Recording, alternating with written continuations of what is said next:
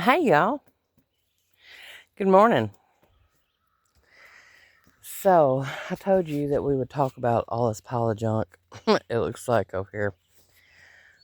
So let me explain what kind of home I'm building first so that you understand the reason that I have all this stuff. Um, the kind of home that I'm building is going to be built out of earth, clay, sand, and straw, as a matter of fact. And that's how you build a brick. So my home will end up being one giant brick that I live in. Um, and so this home will heat and cool itself. It's got passive heating, passive cooling, and I don't have to pay for that. So, but I still need bones to put my mud on, and so that's what all the pallets are for. And I have a stack over there by the canopy that's inside. The dog is chasing a bug. She's so weird. She is so weird. She got it. um, and I have this IPC tote, and I have another one like this at in Lexington. Um, I clean them out before I bring them down here. And I have one over here. This one has water in it. Actually, I'm catching water in it. Just to wash dishes or fill the dog pool up because it's hot down here for them. Me, not so much. I don't care. I don't have all that hair on my body.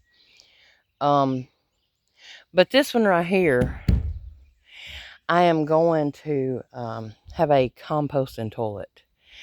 And I'm going to cut a hole in this one, and I'm going to fill it up with sawdust. And sawdust is a thing that you can get for free. Sawdust is great for your garden, but put it on there in the fall, and a lot of sawmills would just say, come and get it. Get all you want for free. And I'm going to do that. So my composting toilet will work like any other toilet. You just don't jiggle the handle when you get done, you know what I'm saying?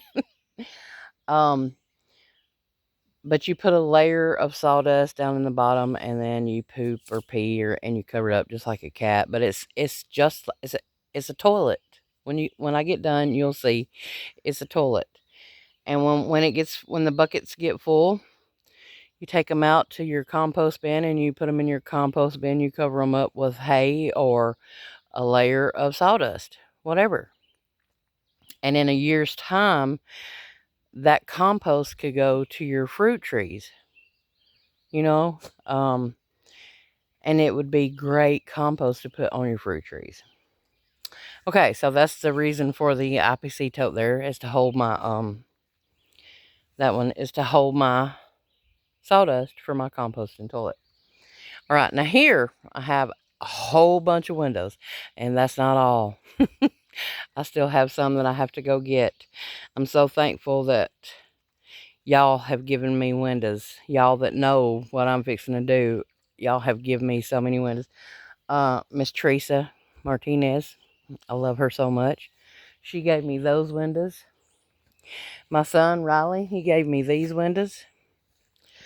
Uh, and I have a good friend who shall not be named that gave me these little tiny windows right here. But I like them. They're going to work out just fine. And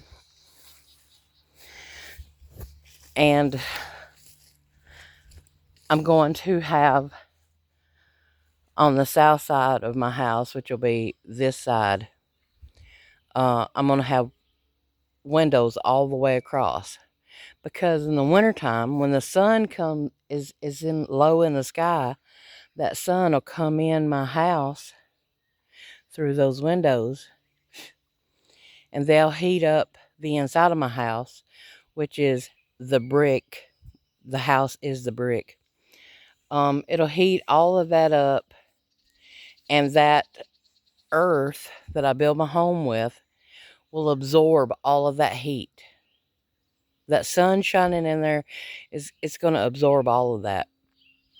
And then at night, when the sun goes down, I might not have to have any heat because the house will release that heat back out into the, you know what I mean? Into where I'm living. So, and then also, the greenhouse will cool my house. I know y'all are like, how is that going to work? Well, I'm going to put tubes under the ground that will come into my house, 25 or 30 feet of tubing underground, at least 3 foot underground. Once you get like 3 foot underground, the temperature of stays the same. It's like 53, I think. Between 52 and 56, let's say that. So in the summertime, when it gets hot in the greenhouse, which of course the sun will be above the greenhouse, it won't be shining into it like in the wintertime. It'll be above it, but it's still going to get hot in there. You just pop your little windows, and that's going to let the heat go out. Well, when the heat starts going out, it's going to pull that air through that tube that I have in the ground, and it's going to cool it down in the house. So it's like a convection, because it's pulling heat out and it's pulling the cool air through those tubes. Well, it's going to be hot air, but when it goes through those tubes, it will cool it down. And so that's passive heating and cooling. And I'm so glad y'all are here for this journey. I never thought that I would get to be here, really. I'm just thankful. I'm thankful. I don't have a whole lot of help. And I know it's probably going to take a while, but I am working on it every weekend. And I think I might take this week to work on it some. My sisters want to come and spend some time down here, and I want to be with them. You know what I mean? We don't get to do that. As we get older, we don't get to do that. You know what I mean? And I know that y'all are going to miss me at the farmer's market. And I'm not sure that I'm not going to do the farmer's market. When I go home today, because I go home every day or two. When I go home today, I might just go ahead and make my dough up and put it in the freezer. That way I could just pop it out Thursday if I go home, or have Mike to set it out for me.